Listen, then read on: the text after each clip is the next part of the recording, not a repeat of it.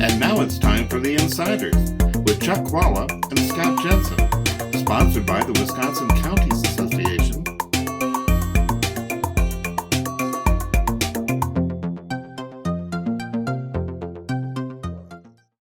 I'm Chvala, former Senate Majority Leader. And I'm Jensen, former Assembly Speaker. We're the Insiders. So Scott, Tammy Baldwin is going to be running. She won by about 10% last time. Who's going to be the best Republican opponent for her in next year's election for the U.S. Senate? You know, I don't know if the best candidate will run. I think some of the best candidates actually have jobs they really like already. You know, there are members of our congressional delegation, which would be a traditional place to look for a candidate, somebody who's already won 1/8 of the state and has a high profile. But, you know, Congressman Gallagher seems very happy with his juicy new appointment in Congress, and Congressman Steil has gotten a great appointment as well. There's some talk about Tom Tiffany running, and I think that would be fascinating. Tiffany's gone out and bought the domain name for Tiffany for Senate. I think in the end he'll choose not to run. He would make that quite a scrap between the two of them. Very, very different people. And he's got a really good base in northern Wisconsin. But again, I don't think it's likely that anyone from our congressional delegation runs.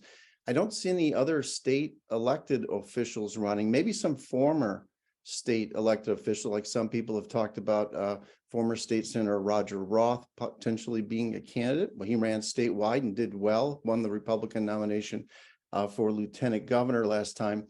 But I think more likely is that you're going to see some business person jump into the race and try to draw an even greater distinction between the career politician, Tammy Baldwin, and someone who's been out in the world making money and creating jobs. So we've got one Republican businessman who's already said he's likely to run, and that's Scott Mayer. Unfortunately, he's someone I have not met, don't know. He's got a low profile in politics, though he's been a donor in the past. But the name that's bigger among the class of business people thinking about is Eric Hovde, who ran for the United States Senate once before, came within a whisker being the Republican nominee when he ran against Tommy Thompson. So I think he is thinking about it again. He's been clearly raising his profile around the state. He has been talking to campaign people, and he starts out, he's got a bit of a head start because he's been around the track at least once before and is probably has a bigger purse to pay for a campaign like this. So that'd be my guess. But I don't think you're going to know until the fall. You know, and it's interesting, if you listen to Scott, the heavy hitters aren't there. There's no Scott Walker who's looking at running. There aren't, you know, a lot of the people that you would think of. Rebecca Clayfish, you didn't even hear him mention that name, even though she was, you know, that was the hot commodity before she got beat in the primary and the gubernatorial race.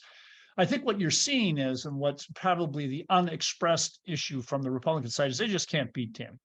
I expect, if right now, if I had to predict, I would predict, if I had to bet my own money, I'd bet that she's going to win by 10%. And if they said, well, if you're off by 1%, I'd bet higher rather than lower. I think she's really developed a great brand. She has an excellent campaign. Her ads in the last campaign were amazing, and she did win with an overwhelming majority. I would say this one thing.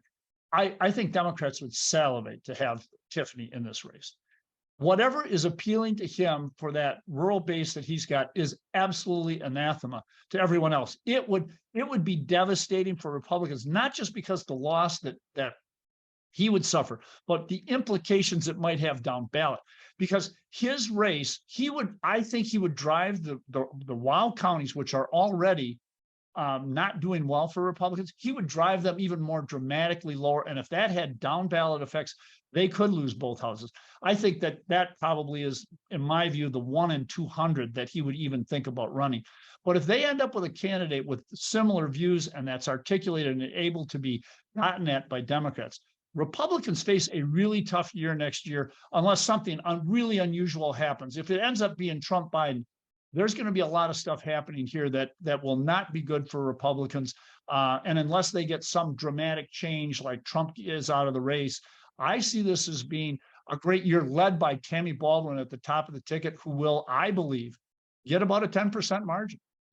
I think you're right to point out that the presidential race could easily influence this U.S. Senate race and maybe even the selection of candidates on the Republican side for that U.S. Senate race. I just think there's going to be people who, a few months from now, the race for president could look very different. The president's numbers are not good. He matches up well against Trump, but would he match up well against somebody else? Probably not. If that were the case, then does the president still hang in there and run for re-election at a time when he would graduate from his second term at 86? I think that is that's a question that's going to haunt him on his side. So I think in the end, the national politics, the presidential race could easily influence who runs. If people think that it's going to be a Republican year, there's a lot of Republicans who are going to sign up to try to be in that race and perhaps catch lightning and beat Tammy Baldwin. If they think, goodness, I think the state's going to go for the Democrats in 2024, that's going to be a much smaller field. It's going to be people you haven't probably heard of before. I think Scott had the magic phrase for this session, and that is catch lightning. The only way they can beat Tammy is if they catch lightning, and I don't see it happening. We'll see you next time. You've been listening to The Insiders with Chuck Chvala and Scott Jensen, sponsored by the Wisconsin Counties Association